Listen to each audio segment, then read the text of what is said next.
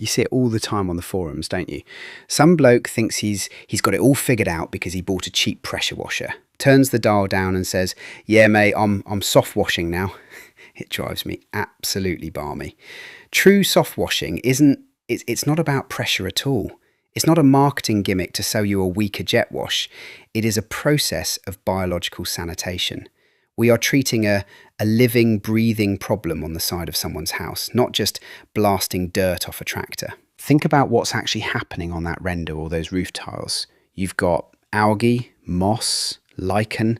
They don't just sit on the surface like a bit of mud. They anchor themselves. They grow micro roots right down into the pores of the substrate, especially if it's K-rend or some other porous silicon-based render.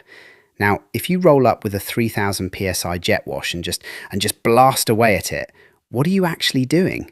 You're basically mowing the lawn. You've taken the tops off the weeds, sure, but you've left the root structure completely intact. And worse than that, you've actually opened up the pores of the material. You've made them bigger, rougher, and you've filled them with water.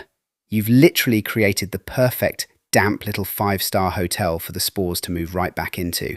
And they will come back, believe me, faster, thicker, and blacker than they were before. That is why we do not blast.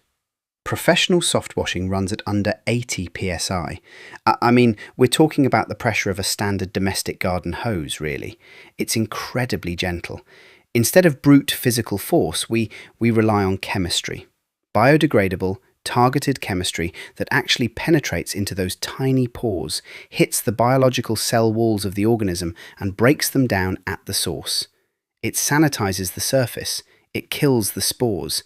And because we aren't using force, we aren't blowing water behind the cladding, we aren't eroding the surface of delicate stucco, and we certainly aren't cracking aged brick or historic stone. I want you to picture this.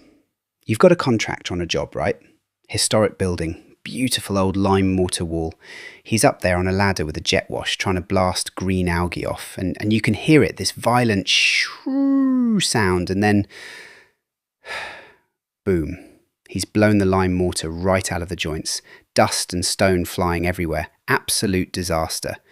Now, compare that to a professional who walks up with a soft wash system, gently sprays a biocidal solution, lets it dwell, and then just rinses it down with a soft fan spray. No damage, no drama, and the surface stays clean up to 4 times longer because the biological growth is actually dead, not just given a haircut. It's funny looking back, actually. When soft washing first started making its way across the pond from America back in the 80s and 90s, it was a bit like the Wild West. Guys were mixing up raw, concentrated bleach in the back of their vans, throwing in a bit of dish soap from the kitchen and just hoping for the best. I call it backyard chemistry. And what happened? They have no control. They'd spray a roof, the wind would catch it, and suddenly they'd bleached the customer's prize-winning roses or killed the neighbour's lawn. Or they'd end up with patchy, streaky render because they couldn't get the mix consistent. We've moved on from those days, thank goodness. Modern soft washing is a regulated professional trade now. We don't do backyard mixing anymore.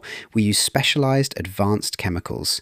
For instance, instead of washing up liquid, we use non-ionic surfactants like Clever Wash. Now, what does a surfactant actually do? It breaks the surface tension of the water, sure, but it also makes the chemicals stick. It clings to vertical walls, to render, to claddings, instead of just running straight down into the soil. It increases the dwell time, which means you can use a much weaker, safer concentration of sodium hypochlorite and still get an amazing result. And then you've got your residual biocides like Softwash Pro 50, which is DDAC based. You spray that on and it actually stays in the porous render or roof tiles, creating an environment where algae simply can't survive. It keeps working for months, even years after you've packed up your van. The equipment has evolved too. We've got automated proportioning systems now, like the clever injector dosatron systems we promote. You don't have to carry 25-litre drums of chemicals up ladders or do dodgy bucket mixing on site. The system uses the water pressure from the tap to automatically pull the exact percentage of chemical you need. It is safe, it is precise, and it keeps you fully compliant with UK COSHH regulations and environmental runoff laws. Because, let's face it, dilution is the solution to pollution, but precision is how you protect your business from a massive fine. Look, buying the chemicals, that's only 10% of the game. The other 90%? It's the science, the safety, understanding the surface and knowing how to protect the environment. That is why training is so critical. If you want to stand out from the cowboy pressure washers, you need the proper knowledge. We run the Softwash UK CPD Certified Softwash Training course over at softwashing.uk. It is the gold standard. It gets you onto our approved Softwash applicator directory and connects you with the National Association of Softwash Community. It is how you build a real, professional, highly profitable business. Right, well, I've waffled on enough for one day. I hope that's given you a bit of food for thought if you're looking to upgrade your setup or get into render cleaning. Go check out the resources on the site and yeah, I'll catch you on the next chat. Take care, guys. Bye-bye for now.